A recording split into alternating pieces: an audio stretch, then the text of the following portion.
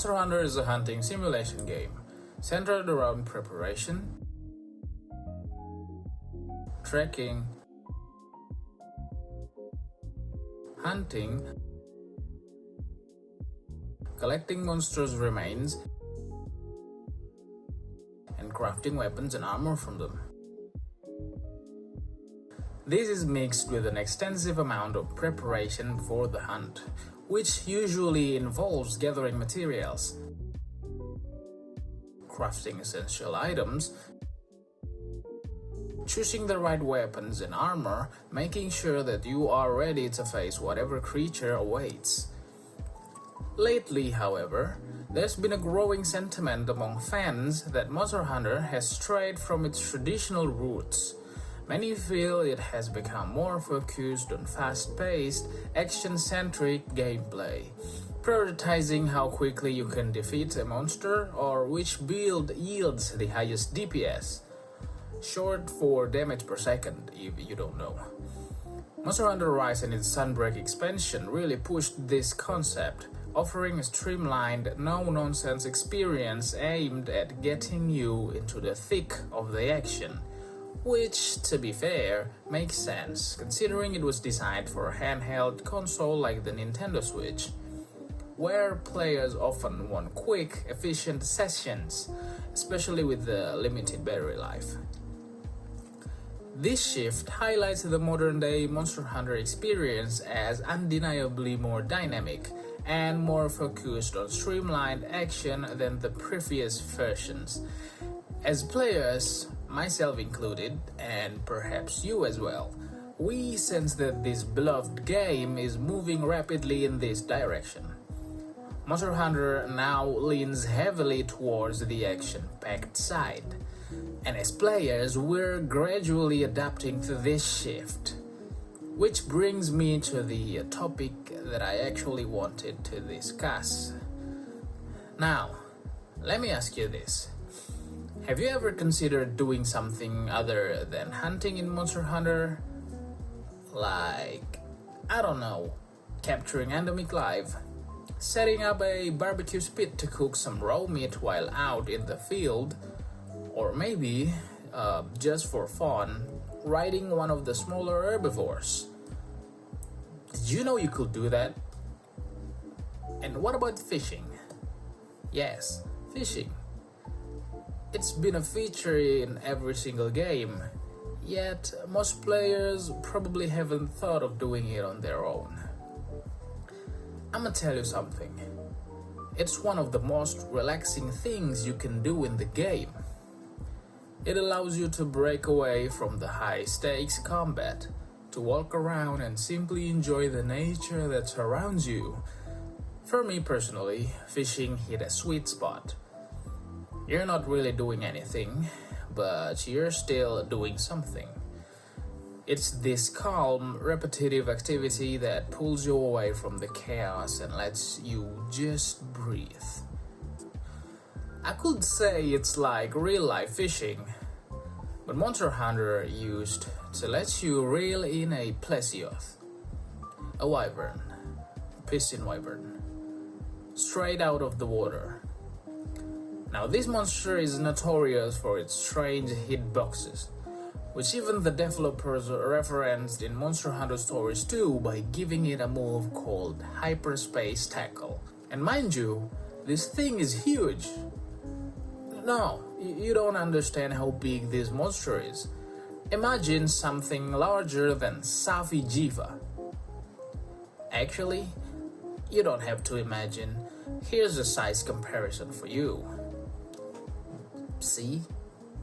But somehow pulling it out of the water is as easy as gathering a frog, using it as bait, tossing it in, and waiting for the plesioth to bite. Simple, right? And as nonsensical as many other things in this wonderful game. I mean, we're talking about a creature significantly bigger than your hunter, casually being reeled in like an ordinary fish. Classic Monster Hunter. In real life, fishing is a game of patience. Whether you're out on the open sea, Standing by a riverbank or lounging by a lake you drove hours to reach, it is all about waiting. You cast your line, wait for the fish to bite, and when it does, you reel it in. A struggle between you and the fish, testing endurance. When you finally pull that fish out from the water, you feel a sense of accomplishment, a payoff for your patience. Maybe you release it, maybe you cook it, or maybe you take it home alive for display in your aquarium. And then you do it all over again. Bait the hook, cast the line, wait, and repeat. It's not too different in Monster Hunter. The process may not take as long, but it still requires you to pause your usual activities, hunting, and engage in something entirely different. Sure, you could fish mid-hunt if you wanted, since it only takes a small amount of time. But I prefer to go on expeditions solely for the purpose of fishing. It feels more like an escape that way. You can head to any map, whether it's the ancient forest, wild spyways, or the rodent vale. Find a fishing spot, cast your line, and wait for that satisfying tug. There's even a special mechanic for reeling in larger, rarer fish. A mini game that demands quick reflexes to ensure you don't lose your catch. Fish will respawn after some time, so if one spot is dry, you can move to another, or simply wait for them to return. It's repetitive, yet as in real life, you keep coming back for more. Some fish in Monster Hunter serve practical purposes, like burst arowana and gunpowder fish, which you can use to craft items. Others are consumable, such as wet fishes and sushi fish's scale, which sharpen your weapon and restore your health, respectively. And any fish you catch can be displayed in your personal aquarium. So yes, technically fishing in Monster Hunter could be seen as farming materials or collecting endemic life. But that misses the point. It's about the experience. Each map designed to feel alive, immersive, full of atmosphere, with its own distinct soundscape and environment. From the rustling of leaves to the calls of distant creatures, the rush of water to the crackling of volcanic magma. Everything is meant to draw you in, make you feel like you're truly there. Now pair that with the peaceful act of fishing, standing by the water, waiting for the perfect moment to reel in, and you get something truly special. It's a stark contrast to the usual Monster Hunter experience of wielding oversized weapons, facing deadly creatures, and being constantly on guard, readying yourself to dodge, block, or strike. Instead, it's a step back, a chance to appreciate the world and simply fish. It's a unique experience compared to the rest of the gameplay. In those moments, you forget about grinding for gear or the thrill of a hard-fought battle.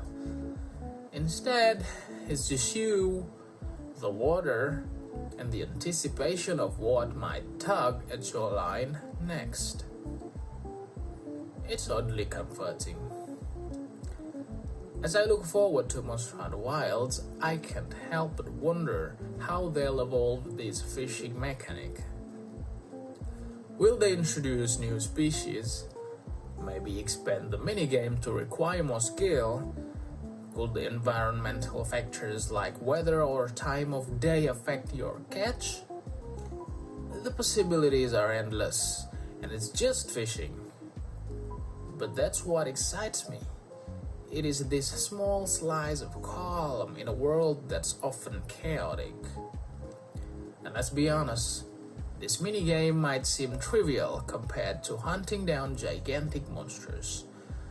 But these peaceful moments of peace are what makes the larger experience richer. They're the break you didn't know you needed, a breath of fresh air amid the intensity of battle. After all, even in a world filled with relentless hunts, there's beauty in stillness. So yeah, whether you're a fan of slaying monsters or just taking a break by the water, there's something for everyone in Monster Hunter Wilds. With returning favorites like Ian Kutku and Kongalala, and a possible new twist to the fishing minigame, who knows what surprises we'll see at the full release of Monster Hunter Wilds. But anyway, at the end of the day, whether you're out fishing, fighting monsters, or doing something in between, there's always something to look forward to in Monster Hunter. So here's to whatever comes next, whether it's reeling in another giant fish or facing a new challenge. I'll be right there for it.